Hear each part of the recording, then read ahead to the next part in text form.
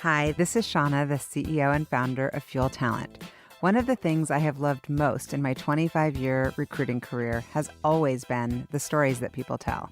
Stories of leadership, career choices, company ideas, and team building.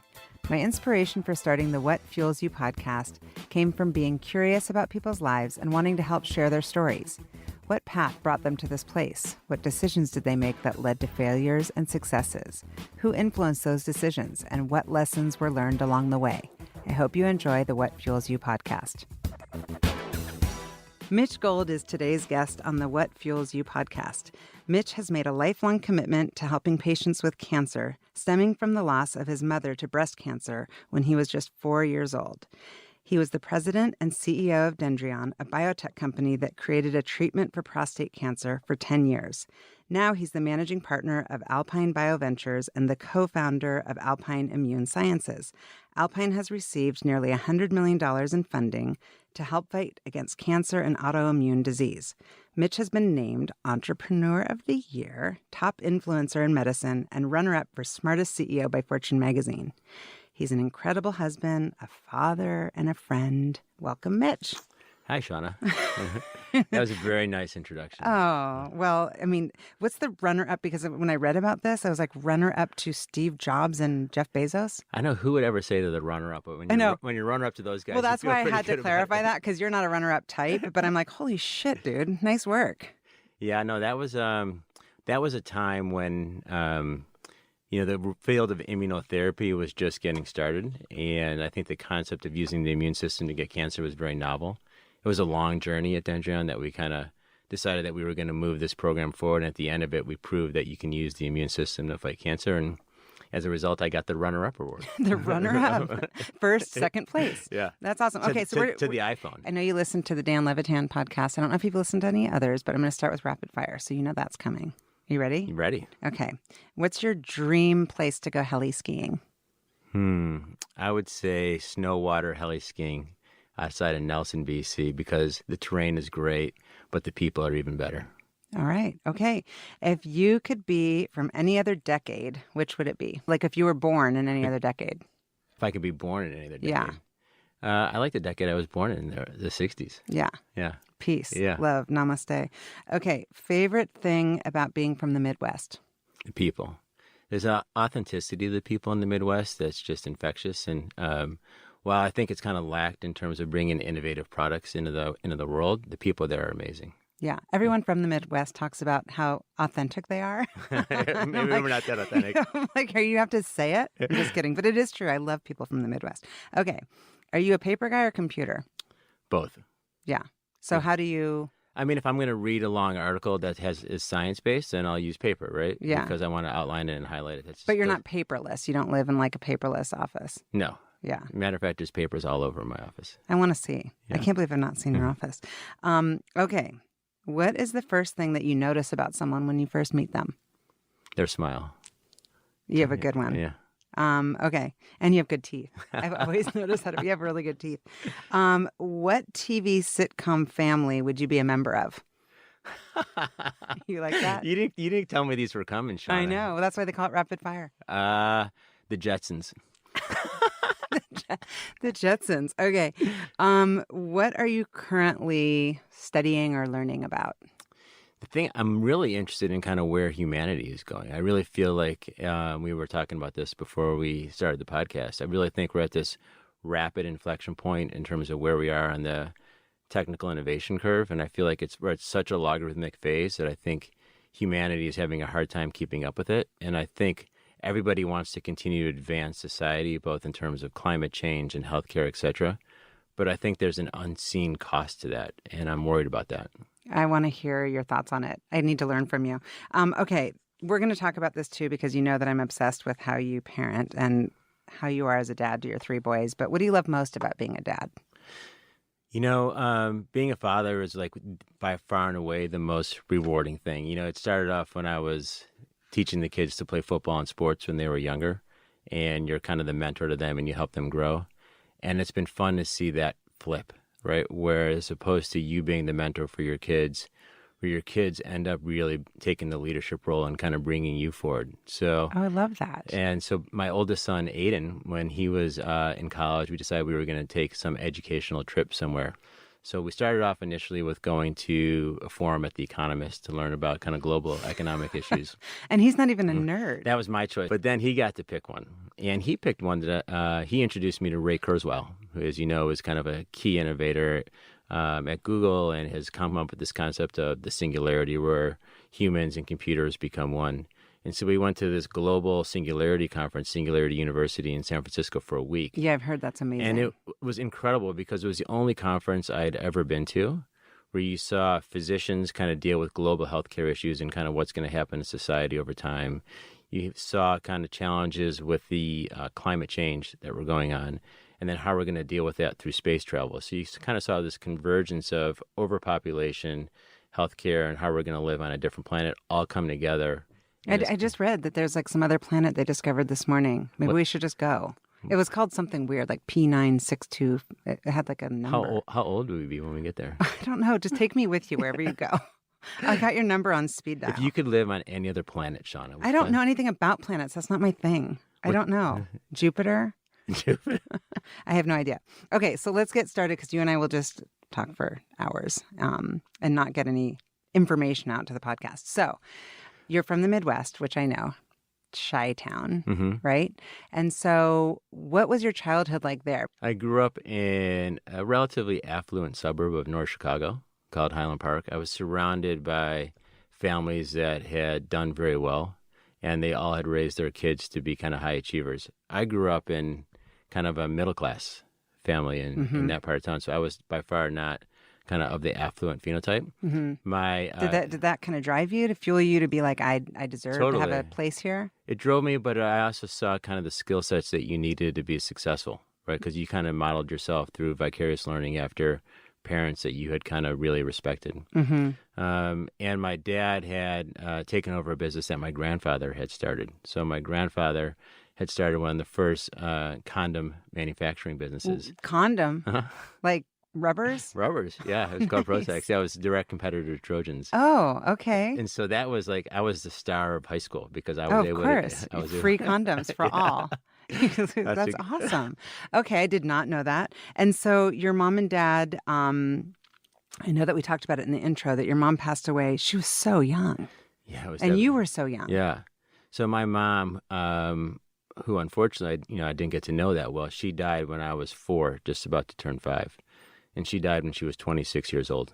And was it fast? Like she found that she had breast cancer and then... It's a great, really identification of kind of where society has come. So my mom died of breast cancer when she was 26. She went into the doctor in 1971 with a lump in her breast.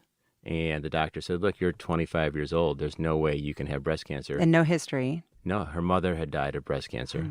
And they didn't know at that time that there was a gene that linked Ashkenazi Jews called the BRCA mutation to having a high risk of breast cancer. Now, that's obviously very well known. But it shows how far we've come over, 50 years. And how has your dad or your family kept her memory alive so that you know her? Yeah. She's been a constant influence in my life. So all of my companies, her name was Andrea Lynn Paradise. So people think I named my companies Alpine BioVentures, Alpine Immune Sciences, after my love of skiing in the mountains. I would have thought that. Yeah, but they're all actually named after her. They're her initials. Oh. Yeah. I didn't realize that. And she always kind of had this belief. She taught me, I think, that that was a devastating time for me. And frankly, when I was 4 or 5 years old and she passed away, it was a deep, dark period for me. And it took me a while to kind of emerge from that and really kind of understand that good things can come from it. And so I kind of flipped it on its head. And as opposed to being a big loss, it became a big motivator. And by the time I was 13, I lost both my paternal grandmother and my paternal grandfather to cancer. My maternal grandmother had already died from breast cancer when she was young. And so I made this commitment to my father that I was going to dedicate my life to trying to cure cancer. That's incredible. And I've heard you speak about it and I've read about it, but you have to kind of have an interest in it, not just like, hey, I want to change the world, but also like, I want to do this. You've dedicated your whole life, a lot of time. You enjoy it, right? I think what the amazing thing is once you get your mind set on something and you can visualize it, you can accomplish a lot. So whether that's creating an electric car or traveling to a different planet or trying to use the immune system to fight cancer. That's because that's your Mitch Gold. Not everybody thinks like that. Like, that's so you. Well, I think that the mind is a powerful tool. And I really believe that if you believe that you can accomplish something and you're tenacious about it, and I think that tenacity is a key trait for success, I think you can accomplish a tremendous amount. Well, yeah. And so in high school, you were taking classes to prepare yourself to think like big picture. I mean, how did this work itself out from 13 to... That's a great story. So, I didn't have a lot of leadership in terms of around the house about pursuing academic career. So I was actually not a very good student. As a matter of fact, when I was a freshman in high school, I think I was getting all D's and E's. Don't listen to this, kids.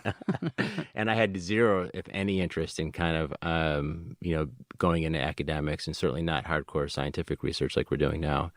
And I was playing football, and someone on the football team kind of pulled me aside who was a bright kid. His name was Peter Zilas. And he said, "Hey, look, I believe in you. I want you to play football, but you got to start studying." And he's like, "We can get straight A's, and if we get straight A's, we can do whatever we want with our lives." And I dedicated myself to really buckling down. I don't think I ever got a B after that. Where's Peter now? Peter now. Peter, take some credit for this. Yeah, well, You produced quite the... Peter now is in Chicago. Okay. And works for the family that invented the barcoding system. Oh, wow. Yeah. And so you decided to go to school, and then what did you study at school in undergrad? Well, Peter and I both committed that we were going to both be doctors together. And so he went to Michigan and I went to Wisconsin. Mm-hmm. And Wisconsin registered the day before Michigan. Or I think it was the same day. And I had registered for all my pre-med classes, and he was going to go register for his pre-med classes. And I called him up that day and I said, I got all my classes. And he said, yeah, I decided I wasn't going to do pre-med. And he went into business. He ended up going business. Yeah. Okay. How did you decide to pursue urology? Urology? Well, and the rotation of tell us how that works. Well, first off, I wanted to be a doctor, right? And then when I was, you have to do these internships when you're an undergrad. So I did an internship with a guy named V.C. Jordan, who discovered a drug called tamoxifen, which is one of the mainstays of breast cancer treatment today. And I became enamored with this kind of intersection of medicine and business, which was pharmaceutical drug development. And so that was always in my mind. I'm like, this is pretty interesting. Like, you can really do a lot of things with this type of technique. And but I kind of was on the path, and it's very hard once you're locked into a particular path to stray from it. Yeah. Right. And we're all in that in our careers. And one of the key pieces of advice that I always give my kids is don't get stuck in your careers. Like, don't just stay on the path because it's the most comfortable thing to do. Find ways to get off of it where you can kind of go pursue really novel ideas. And so I was on that medical school track, but I became super enamored about drug development. And I went to medical school at Rush Presbyterian St. Luke's in Chicago, and I met a guy named Paul Merrick at that point, who was kind of the head of the urology residency. And he said, hey, you should come be a urologist, and he kind of brought you in, and he made you feel like you were a colleague and one of the guys, and that got me interested in urology. And it was a surgical subspecialty. I'm laughing. I'm sorry, I'm laughing because our family friend was a urologist growing up, and we called him the pecker checker. Yeah. I'm sure you've heard it all. Well, that's why, Goldfinger. Yeah. God. Okay, sorry. I'm sorry I got distracted. Keep going. No, and so you have to go, you meet people, and they kind of bring you into certain fields, right? It's the people you meet. It's always about people. It's 100% about always people. about. And my whole career, my whole life is all about people, and yours too. Yeah. Everything you've said so far is like, oh, this person said this to me. Oh, they say there's like a handful of people that really determine how your life goes, right? I mean, Paul Merrick is one of them. There's been a number of others along the way. So. Yeah, that's awesome. Okay, so then you're in urology. I'm in urology, and then I match out here to come to Seattle, Washington in the early 90s. And you're like, where's that? No, I interviewed at two places. Well, I interviewed at every place. I was highly ranked in my class. My studious skills kept with me after Peter taught me how to be a good student, and I could pretty much choose where I wanted to go to residency. And I was getting married to Dawn at the time, and it was Donnie. You met Donnie in college, right? We met in college, but we did not date in college. We started dating after college when I was in medical school. And I was either going to go to USC or I was going to come to University of Washington. And I said, you pick. I'm going to be working all the time. And at that point, her brother was living here. She's like, I'd like to live in Seattle. So I ranked Seattle number one. Nice. And I came out here in 1993. And it was because you grew up here. Seattle was a very different place Yeah. in the early 90s. Sleepy town. Yeah, totally. And so, well, also you're so outdoorsy that I would imagine that this kind of fed some of that, being 45 minutes from skiing or being able to get to the water pretty quickly. Yeah, I was super into mountain biking Yeah. at the time, and I was into skiing, but not the same type of skiing that I do now. Yeah. And but I really Different than Watts. Yeah, I was very into the chairman at the University of Washington was a guy named Paul Lang, who I'm still very close with, and we meet for breakfast and talk about a number of different issues, every quarter. And he was someone who inspired me. As a matter of fact, when I was in my residency, I had started a business that was putting healthcare records on the internet in 1995. Oh, very ahead of the curve. Yeah, way ahead. Where are we now? Don't be that far ahead of the curve. But Oh yeah, my gosh. we were way ahead of the curve, and frankly, physicians didn't even have internet access at the time, so we had to go to the local telephone provider and get DSL That's lines. a brilliant idea. Who knew? So after your residency, then what happened? You wanted to stay in Seattle? Well, no. So when I was a second-year resident, I started this business that was putting healthcare records on the internet, and it grew and grew and grew. And eventually we had like 80-some people working at the company, but I was still a full-time resident. And that was quite the challenge. And it was putting stress on my marriage, it was putting stress on the work I was doing with patients at the hospital. And finally, my chairman, first he said, look, just take Wednesdays off, go work on your business, and the rest of the time, you have to be a resident here. That lasted for a couple of months. And then he said, how about take 6 months off? See if it works, just focus on your business. And then if you want, you can come back. And that type of... That's a gift. It was an amazing gift, which is why we're so close today. I never would have been able to do what I've done if it wasn't for my chairman at the time, Paul Lang. And did you always know that you had that entrepreneurial bug? Because Totally. sometimes doctors, it's like a different part of the brain, the way that doctors describe themselves. Like, I'm a doctor, I'm not a business person, but you're both. No, when I was in college, I would hang, condom vending machines in all the bars, and we'd pull quarters out of it. And that was our beer money for the week. And then we used to go around paving people's, driveways for them and stuff like that. Yeah, no, I love what I love about business is it takes a vision and then you have to execute on it, right? And what I really learned to love about business now is it takes a team. And so it's the people that you work with that ends up making it the most fun. And sometimes, it can be challenging too, managing a team. But and in those days when you were like, okay, it's a stress on the marriage, maybe I'm going to take 6 months off and maybe build this business, go do the residency. Like, what was fueling your energy at that time? I just felt like, in 1990, I felt like, the internet had just come out. And I felt like I could not be a part of it. And I felt like I had this unique kind of insight because we had healthcare expertise, that we had this ability to kind of impact this intersection between technology and healthcare to make a real difference. And now it's like you see it all over the place, right? Now medical Health records tech, are all over the internet. So what happened with that company? That company ended up getting bought by a company which became a division of General Electric. And then so that was a good thing for you? It was a great thing for us. I stayed there for a year. I hated it. I couldn't wait to get out. I started looking around.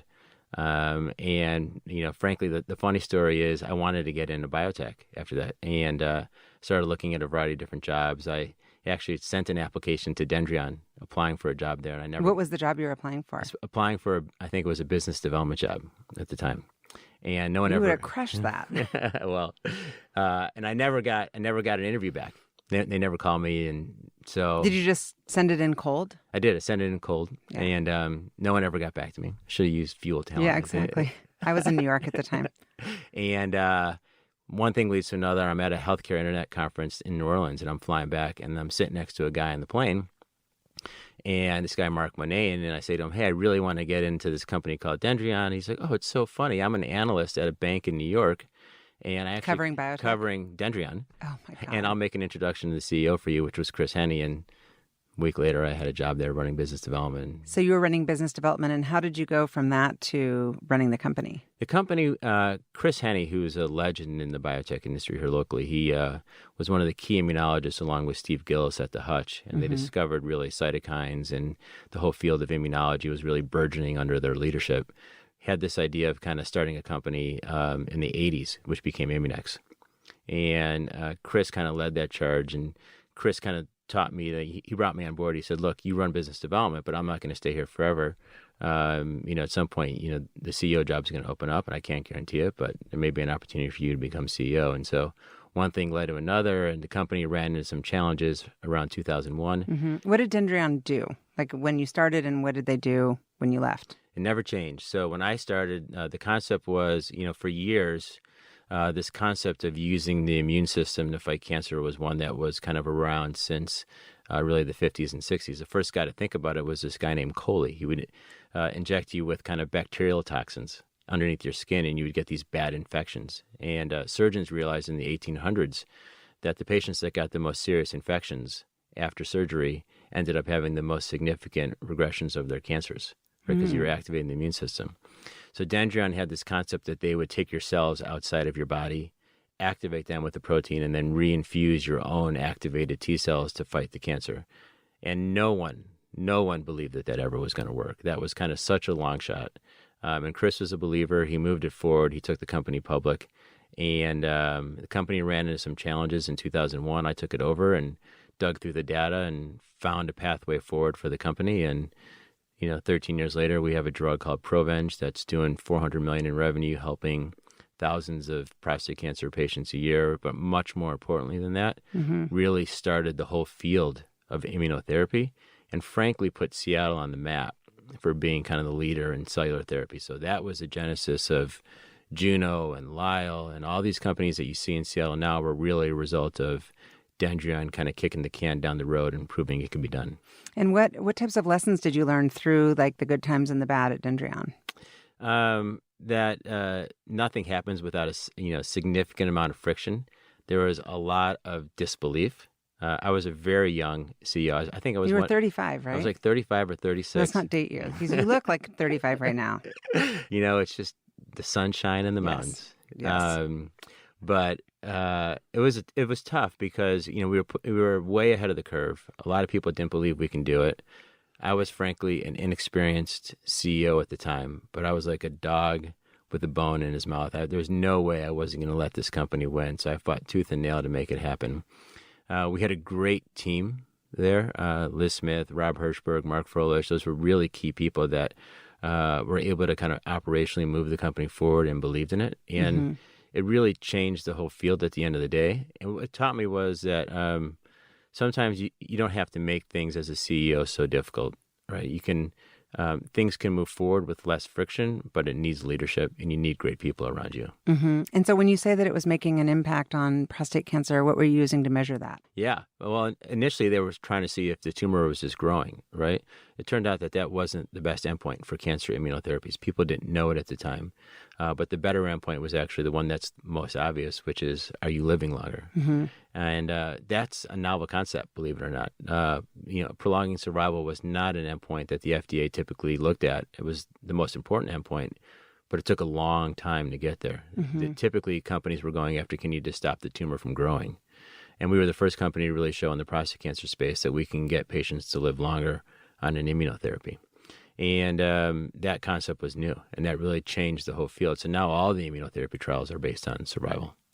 Yeah, the whole concept of it, and especially prostate cancer, because I've had family members with it, and I didn't really pay attention until it hit home. And I realized, like, all men eventually get it if they don't die from something else. Is that true? Well, all men will eventually get prostate cancer, but I always say there's two different kinds of prostate cancer. There's the turtles, which are relatively slow, and you're probably going to die. They literally call them the turtles? Well, I call them the turtles. Okay, I didn't know if that was not good. Oh, the turtles? I didn't know about the turtles. Okay. The turtles are these slow-growing prostate cancers in relatively old men that are not going to kill them, and then you get the rabbits that go very fast. So, but cancer in general, cancer is an interesting disease, right? So, back in the 60s, right, Nixon said, we're going to start the war on cancer. And he committed, I think it was in 1972, he said, put money into the NCI and said, we're going to cure cancer in a decade.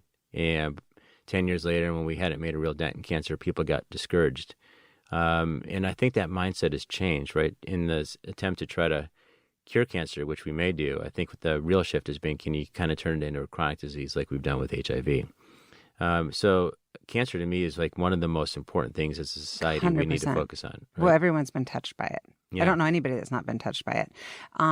Okay, just let's go back for 1 second, because I feel like I've not really heard of many people doing the transition from being a doctor to being a full-blown hardcore. I mean, you're not just a business person, now you're an investor, and you've got all sorts of things that you've touched on the business front. Have you ever looked back and said, maybe I should have been a doctor? Never. Never. No, never.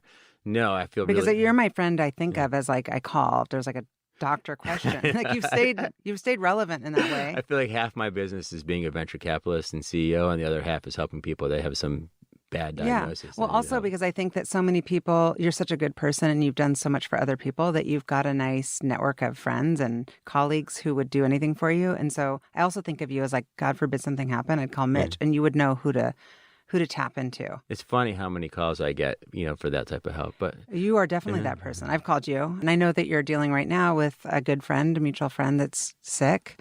How do you remove yourself from what you're doing on the business front and like the personal side of how cancer really truly impacts people? If I have a really close friend like I do now who's dying from a very bad form of brain cancer, you still keep your clinician's hat on most of the time because you have to.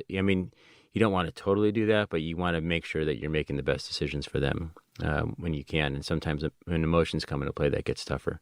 Mm-hmm. But I have a vast network of physicians that I, reach out to. And in this case, I've been closely involved with him and helping guide his care with his wife. And, when we're only on this planet for 75, 80 years in today's format. Mm-hmm. So you have to make every second count. And what this individual has taught me is live life with purpose. And when it's time for you to die, you look around and you see all the people you've impacted along the way. And he certainly has that to reflect on. Yeah, it's incredible. Do you think that like where medicine is going right now and where everything in innovation is going right now, that you feel confident that we're going in the right direction? Yeah, I guess I'd ask you a question. How old do you think your great-grandchildren will live to be? I hope in my head, I keep thinking that everybody's going to every generation's going to live a little bit longer than the one before us. So my great-grandchildren, I hope to like 100. Yeah. I used to think that. I think that there's a key piece of technology that's come out, and that's called CRISPR. So this, humans have been on the planet for, do you know how long? Don't ask me that type of question. Take a guess. Of years. I don't know. Okay. So humans have been on the planet for about 200,000 years. 200,000 years, yeah. Okay. And the planet's been around for about 4 billion years. So we're here for a relatively short period of time. And all the species over the last 200,000 years has evolved from external pressures, right? So food sources, the need to develop bigger brains, the need to develop new tool sets to hunt and everything, right? So we've always developed from external pressures as a species. But for the first time in the history of our species, we're now going to be able to change our evolution. So as opposed to be evolving as a species from external pressures, like the environment, we can now use a tool called CRISPR to actually edit our genes and determine what we look like as a species. I don't like that. No, yeah, that's a scary thing to think about. I don't like that. That's like creepy. Yeah. Don't you think? But I think it's something that... it's cool, but it's super creepy. There's ethical concerns about 100%. Introducing gene editing, like, you're going to select the smartest kids, who's going to get access to it. But I can tell you without question that there's no getting around it. It'll start off with starting to cure diseases like my mom had. So my sister, right, when she was 30-some years old, got tested to see if she had the BRCA mutation like my mother, and she had it. I didn't know that. She did have it. So she had bilateral mastectomies, oophorectomy, and she's at risk for other cancers downstream. And so that's a pretty, mutilatory event to go through having your breast removed, going into menopause in your, late 30s. Mm-hmm. But in the future, we'll just test the babies in utero and we'll edit out the gene. So to me, that's a great natural application for that type of technology. Once it gets applied in humans, and by the way, China's already doing this, right? But you're talking about it like after the fact versus saying, I don't know if I'm explaining this right, but versus what we're talking about is like being proactive about like, I'll take one of those and I'll put them together and try to create the perfect human being. That's going to happen. That's the thing that scares me. The pulling out the bad gene. But it starts with a natural application, right? It's kind of like cosmetic surgery. Right. Right. So it starts with that. But the important part is we will evolve as a species and we can live to 100, 120 years old. And you see, like my son Aiden now is working at a company called Genesis, where they're actually using this technique on pigs. And they're taking pig organs and they're actually taking out all the immunomodulatory proteins and the porcine retroviruses. And the pigs will now be natural replacement organs for you. They'll be matches to your own organs. So you'll be able to use them for kidneys. So we could do like organ donors, could be a pig? It could be a pig. And when is this available? Really? Well, you have to ask Aiden that question, but it's within the next 10 years, right? So it's relatively soon. I would ask you this question. When do you use an iPhone? Yes. When do you think the first iPhone came out? Wasn't it like 97 or something? 2007. I mean, 2007. 2007. Yeah, 2007, which feels like Forever ago. Can you imagine, what phone did you have before the iPhone? BlackBerry. Okay. I was a Me big, major BlackBerry person. Yeah, me too. And I remember talking to my friends. I couldn't get rid of my BlackBerry. Could not at get first. rid of my BlackBerry. Yeah. So, the species is gonna evolve very rapidly, and we're not. So, what I was telling you earlier is we're not going to continue to look the way we are. Like, we're going to be a species that looks much different. We're going to be able to fight diseases before they occur. We're probably going to be able to, you talked about going to, other planets. The biggest issue with going to other planets is exposure to UV radiation because we're closer to the sun. And so we'll be able to engineer in UV resistance in our genes. And so we will be able to go to other planets. We may be able to survive in low oxygen environments. Do you want this type of world? I mean, like right now, can you see living another, 70 years? I would love to live another 70 years if I could have This the quality of ability life. to live this quality of life. And I think that's possible. I think we're at this unnatural point on the innovation curve where humans don't have the ability to keep up with innovation. And I thought, when I looked at kind of life expectancy, I thought we'd be up into the, mid 80s, right? And I think for the last 2 years as a country in North America, we've stepped back. Like Canada has a longer life expectancy than we do. I did not realize that. And the reason is, the reason we're stepping back is because I think we're not able to keep up with innovation. And what's causing these deaths? Why is the life expectancy going down?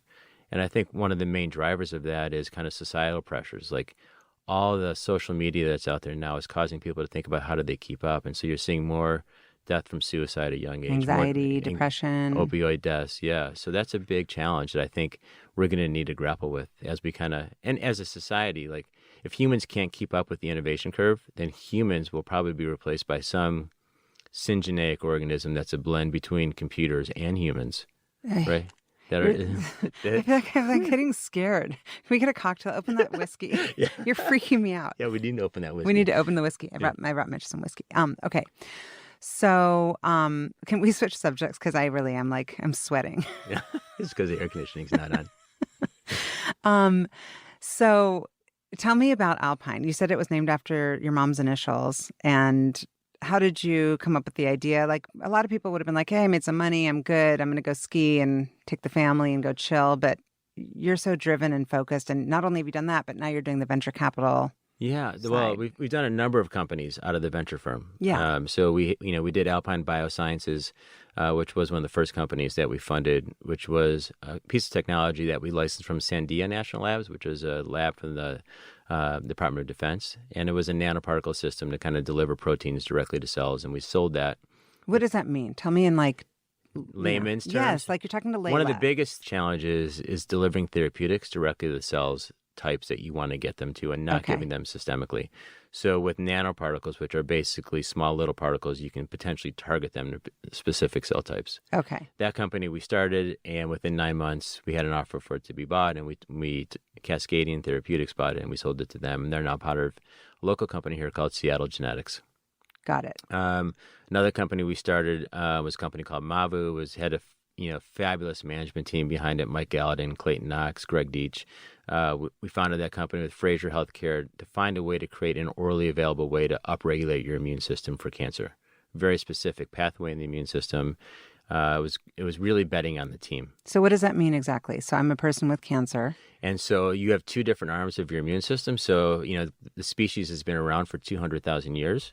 Over the first, call it 100,000 years, we only had one type of immunity. It was called innate immunity. It's like you see something bad, you kill it right away. The more kind of recent form of immunity as a species that we've developed is adaptive immunity, where you use cell types and antibodies to kind of fight off bad pathogens like bacteria and viruses. Mavu was focused on innate immunity, okay? And that's been more of a challenge to kind of drug that pathway. They found a way to do it. The company just got bought by a company in Chicago called AbbVie. So those have been 2 successful exits for the fund. That's great. How big is the fund? Can you talk about that? The fund, we haven't disclosed it, but the Okay. fund is mostly people you would know around town Yeah. and in the biotech industry that are limited partners, and we kind of manage the portfolio for them. And what's your goal with the fund? Well, I mean, aside from successful exits.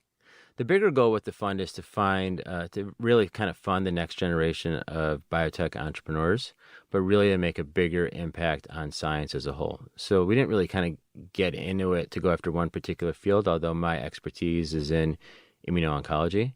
My partner in the fund is someone named Jay Venkatesan, who's down in, we got this flying around here, who's down in the Bay Area, who was also an MD, who is a managing partner over at Bain Capital, which is Cool. Brookside. So I don't know if you remember Bain. Yeah, of course. Yeah. Is it ever the case that you birth an idea and then go find the team to rally around the idea? So or that's are so people fun. Pitching you the idea and then you're funding it? No, so Alpine Immune Sciences was a whiteboard. So I kind of felt like, this whole field of kind of ramping up the immune system had kind of reached the peak, and people were just throwing stuff against the wall to kind of see what hit, but there was not really any scientific thought that was being put into it. Mm-hmm. And I kind of felt like we needed to find a new way to modulate the immune system that people weren't thinking about.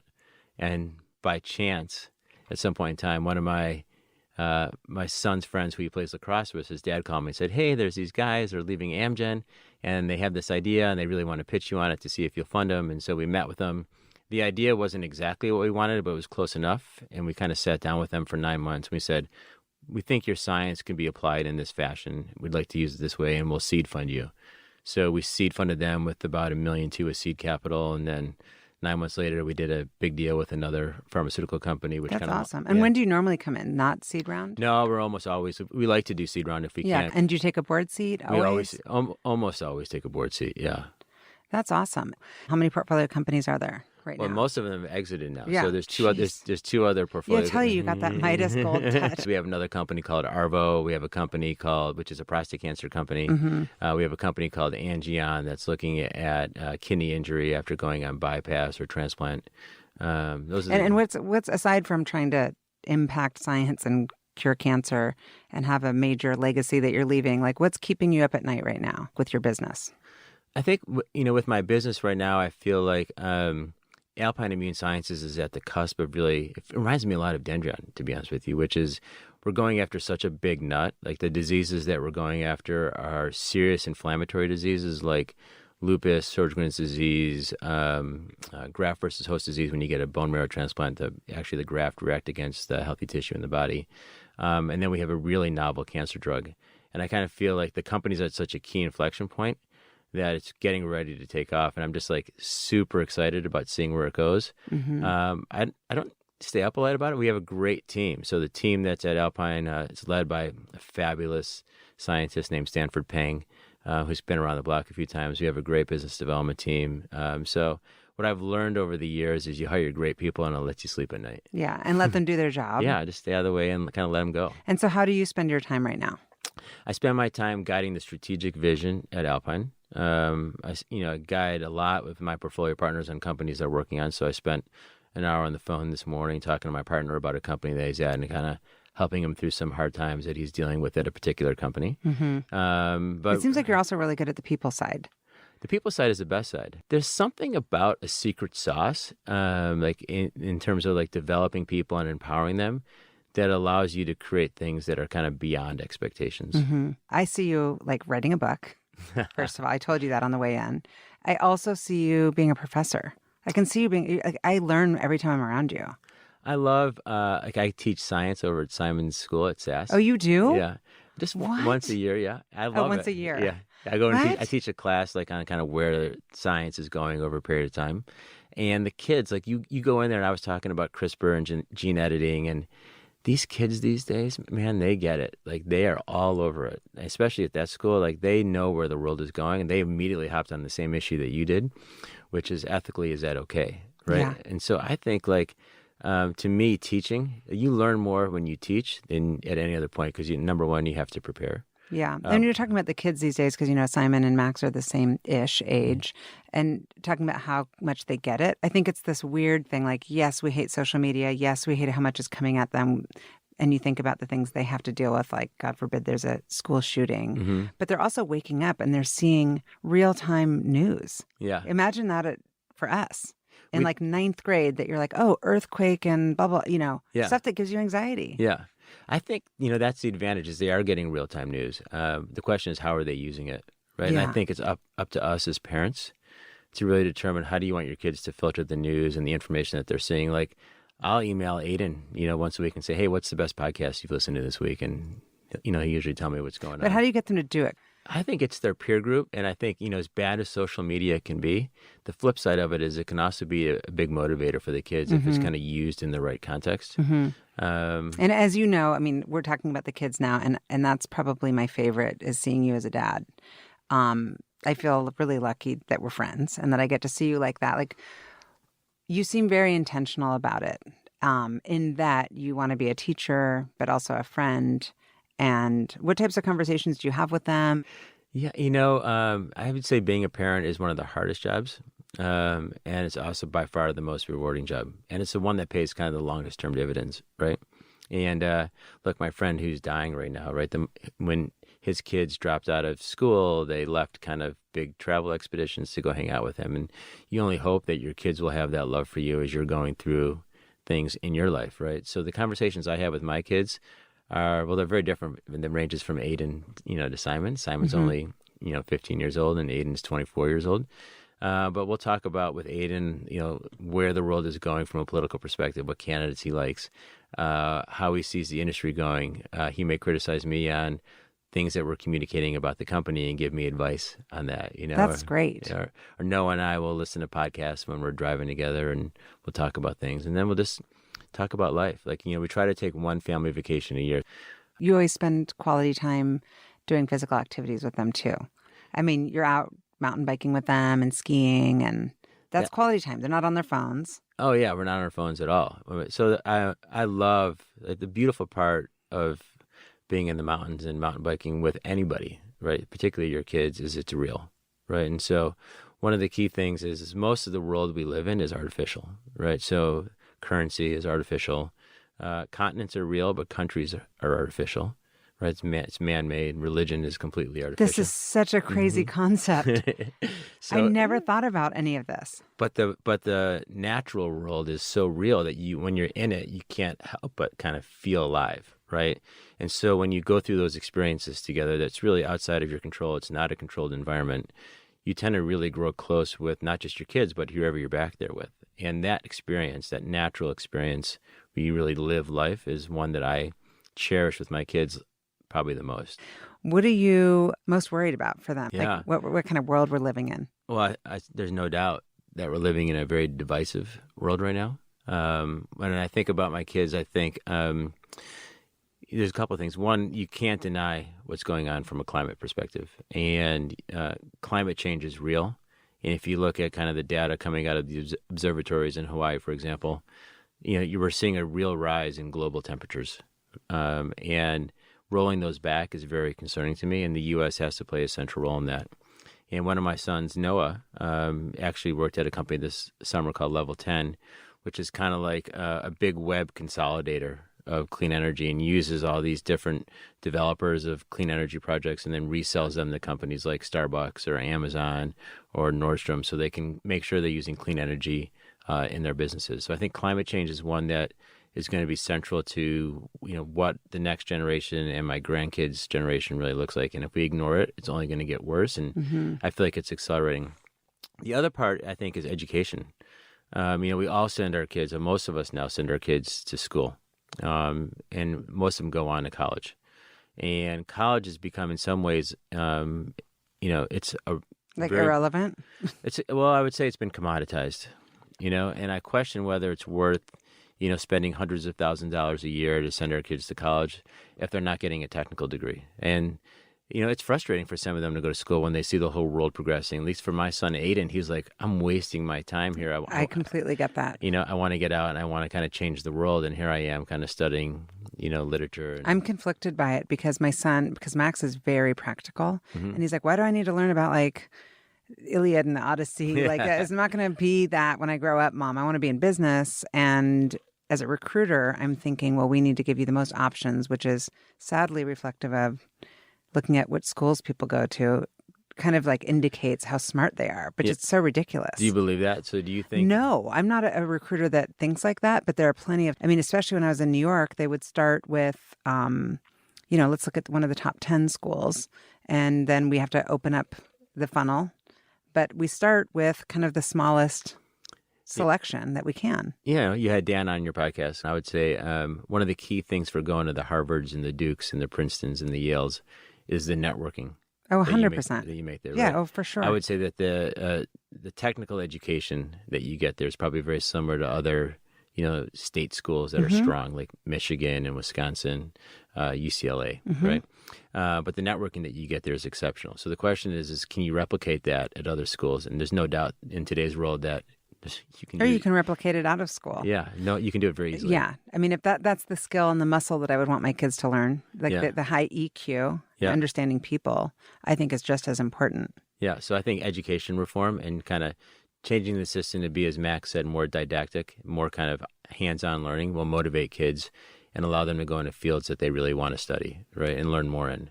And where do you think we are, I mean, as a country on that? Like if 0 is like we are at the worst and 10 is we're killing it. Yeah, I think we're at 2, right? Yeah. I mean, I don't think we've really even started to address kind of education reform and prepare ourselves for the next century, right? We're still using, think about a textbook. We should be using much more relevant, like they should be listening to podcasts. 100%. Like fuel.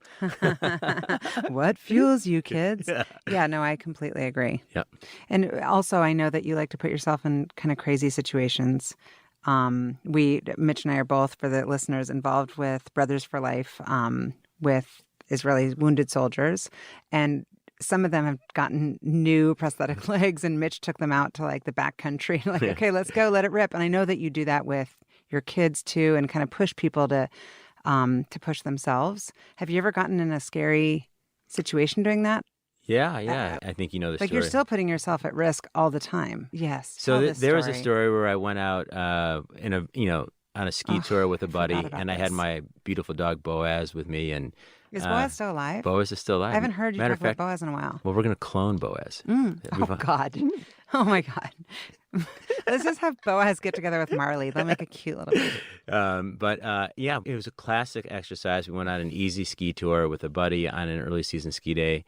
And frankly, we hadn't done, we had been out too late the night before, and we hadn't done the appropriate planning. And we got a little loose with our kind of navigation skills that day, and we ended up getting stuck deep in a valley with 2 big, huge avalanche drains above us, and we couldn't extract ourselves out of it. So we had to spend the night back there. I remember this. And we probably came within 12 to 18 hours of dying back there, and it was a major extraction effort. But when I was lying in the snow at night, cuddling my buddy, you kind of think, am I ever going to do this again? And I unequivocally in my head thought, yes, yeah, of course. I'm definitely going to do it. Because you're addicted to that. You've got that adrenaline junkie thing. It wasn't that. What was it? It was, this is frustrating and we could do better.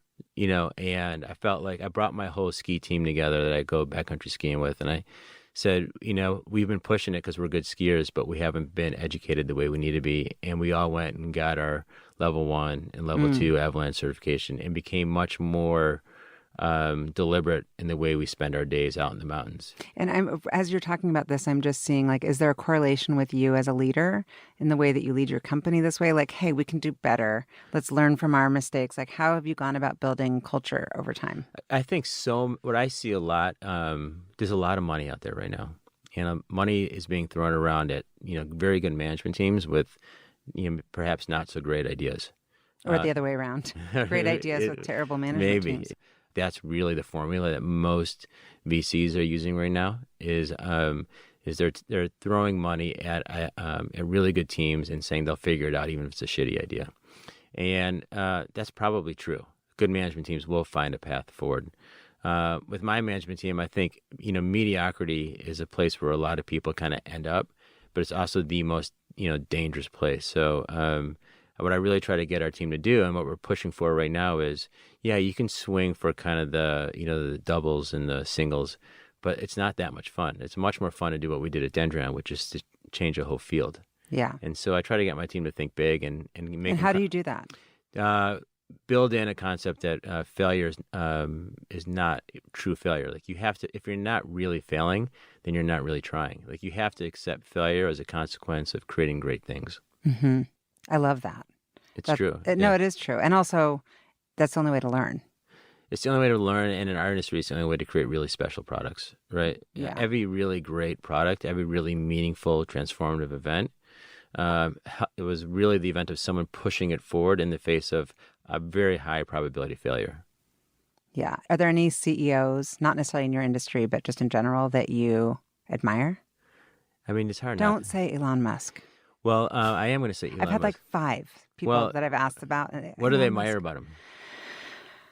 Well, just how bold he is, and he just gets after it, and he just believes in his idea, and he pursues it relentlessly. He's passionate. Yeah, He's brilliant. Yeah, he's certainly brilliant. And what I admire about Elon is probably a different thing. I mean, I love his boldness. I think his brashness is something that I don't emulate, right? Mm-hmm. Even though people might say I'm brash like Elon. You're not brash. You were scary when I first met you, but you're not. You're actually a teddy bear.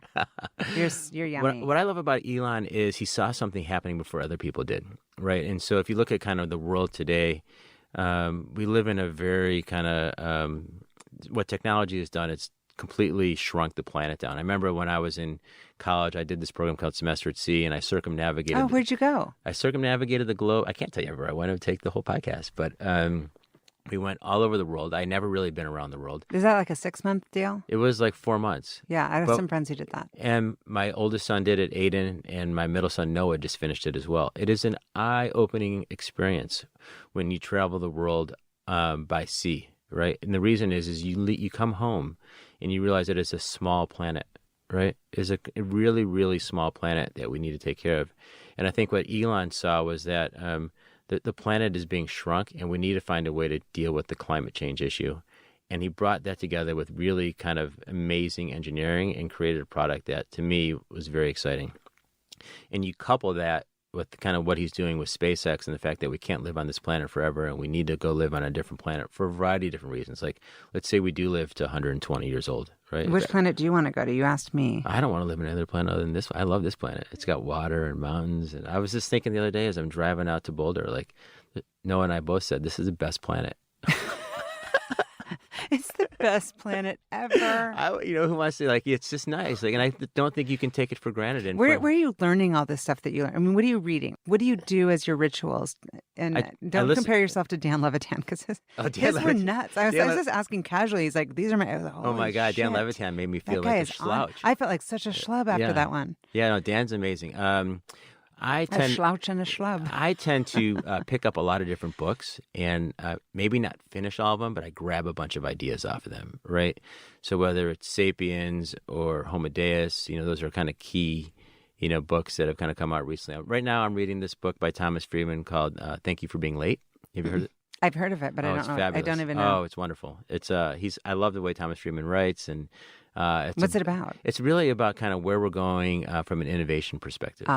We're at this really important phase right now where, the big tech companies are starting to get into serious healthcare issues. So Amazon, Google, Microsoft, Apple, everyone's kind of playing in the intersection between biology and data. Mm-hmm. And I think that's really going to kind of change the world going forward. Like, we'll look back at 2019, 2020 as a key inflection point like we did back in 2007, mm-hmm. right?